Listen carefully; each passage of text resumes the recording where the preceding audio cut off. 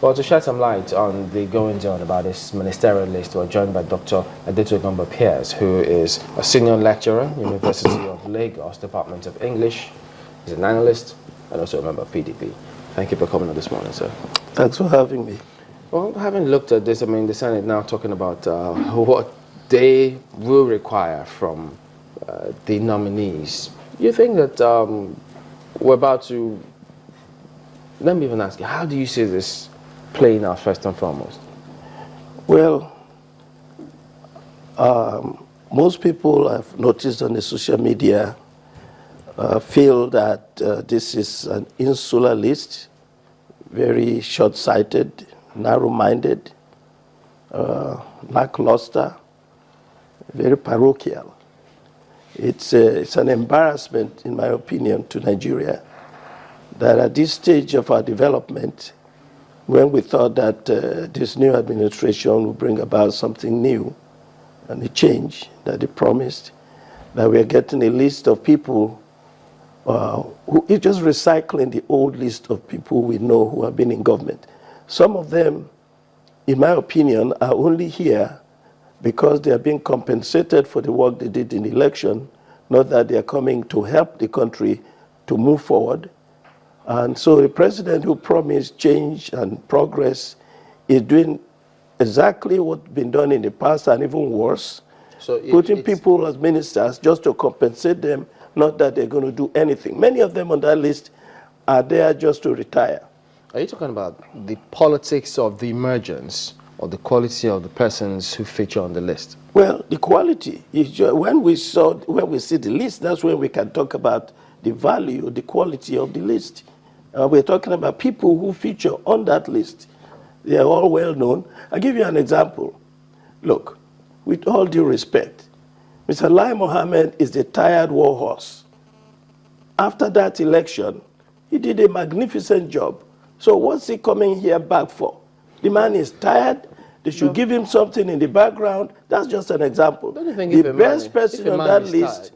Pardon? If a man is tired, he will know he's tired. So if he hasn't... If you're tired and you are offered a job that is so beneficial to you, are you saying that you will reject the job? If I can't do the job, why should I take it? Well, that is your values. If you can't do the job, it's for other people to evaluate you, not you to evaluate yourself. So my own evaluation is what I'm talking about. And I know many people watching will agree with me. So are you suggesting then that a party can deliberately put people who won't do the job at the end of the day? Look, we are looking at results. Ultimately. This is not a question of whether we're predicting what they will do. We are looking at what they have done. What is going on now, we can see a regression in the government, in the country. Things are going from bad to worse because of the policies of this president and this administration in every way. So you can see on the economic index, you are seeing it happen. It is your politics that determine how the world views you. So when you see Barclays Bank talking about considering dropping us from the EMX, you have to look at JP Morgan dropping us, IMF is downgrading us from 7% growth to 4% growth. We're having serious problems. And it's because of things like this. Anybody who sees this list, who is objective, because of the ministerial nominees list? No, it's all of these things together. Look. That's one of the things that JP Morgan and Barclays this is what is determining the way we are being viewed by the outside world. Not because oil prices have dropped, or because we are having some liquidity issues with the dollars. No. That's why they're considering it, because of the ministerial nominees list. In every economic reaction, there is political reaction. I'll give you an example. In Brazil, when the president decided that they were going to merge a lot of ministries, they cut 8 ministries from the government. Immediately, the economic evaluation of the country shot up. Immediately. So that's our politics. You cannot separate one from the other. If you look at a country and you see that they are always at war and nothing is happening, what you mentioned earlier about the CCTV is a scandal that anybody who is trying to do business with Nigeria will see that, look, because you know what's behind that. We know what's behind it. Those contracts are awarded.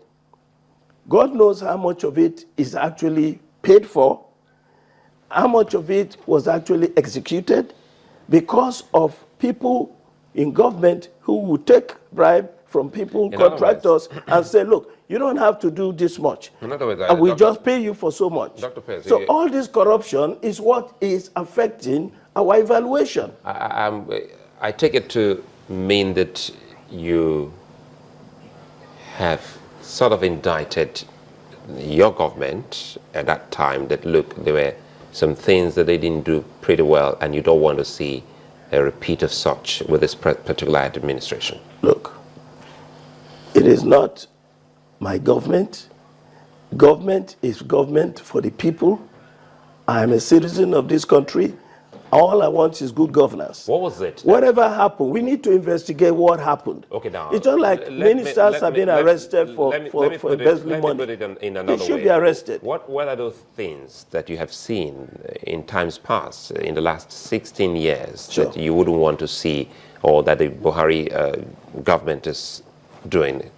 This is the unfortunate thing, such as appointing ministers who are only there because you want to compensate them, not because they are going to add value to governance.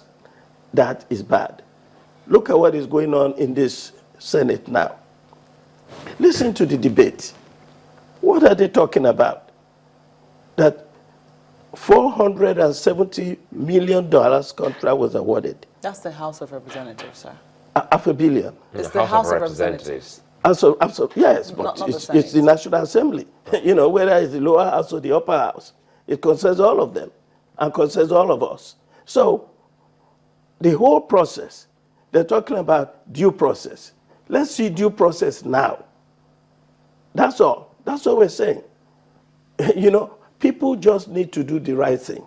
They are not doing the right thing. Who's not doing the right thing? The Assembly, the government, the officials of government, whether in the past or in the present. You can take it. Now we're talking about the present.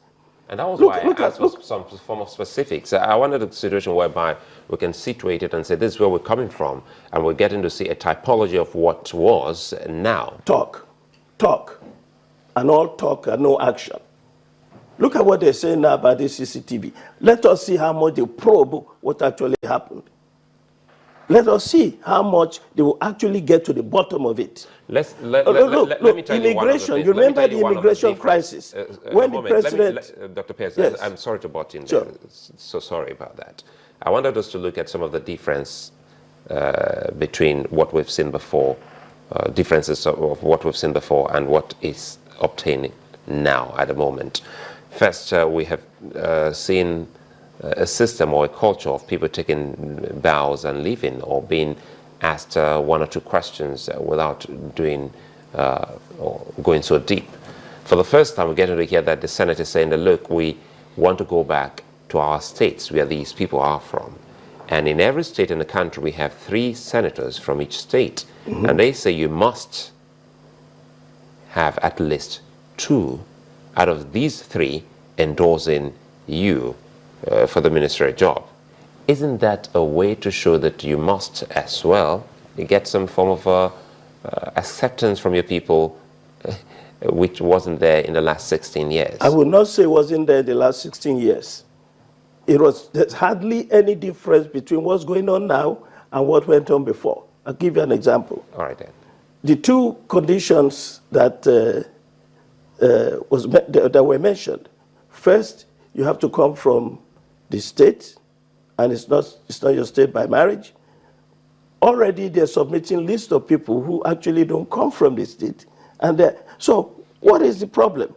So the president doesn't know that this woman comes from Gombe and not Kaduna. So what are we trying to do? When did they begin to discriminate? I think that this case had come up before, and it had been settled that a woman was actually entitled to 2 states. She could either claim her state of marriage or she claimed her state of origin. So it is quite, I don't know. I do know that this is not the first time that a minister has been appointed, that people who, happen to come from her husband's state say she's not from our state. How come this matter is popping up again? This is part of the problem. They don't resolve anything. They go round and round, and we're doing the same things that were done before. Secondly, very important. You just hailed that petition. Pardon? You just commended the petition. That doesn't the president know the difference?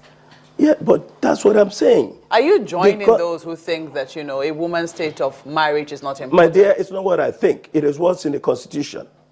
Lawmakers are supposed to respect the Constitution and do what the Constitution says. By the way, personally, I think it is wrong, because if you're a Nigerian and you've been working in a certain state, that state is your state. That's the way it should be.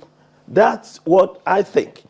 But lawmakers, unless they change the Constitution, and I think they should, if we are talking about a true federation and we are one country, and I've been working in Kano all my life, and I have contributed to the development of that state, and the state sees it fit to submit my name for ministerial position, I should be given due consideration.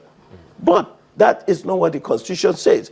I'm saying we are wasting our time and resources when we are going around and round about things that we should know. Follow the Constitution for now, and then try to amend it. Now, secondly, they're saying you have to show that you have declared your asset. That is so predictable. Everybody says, every administration says declare your asset.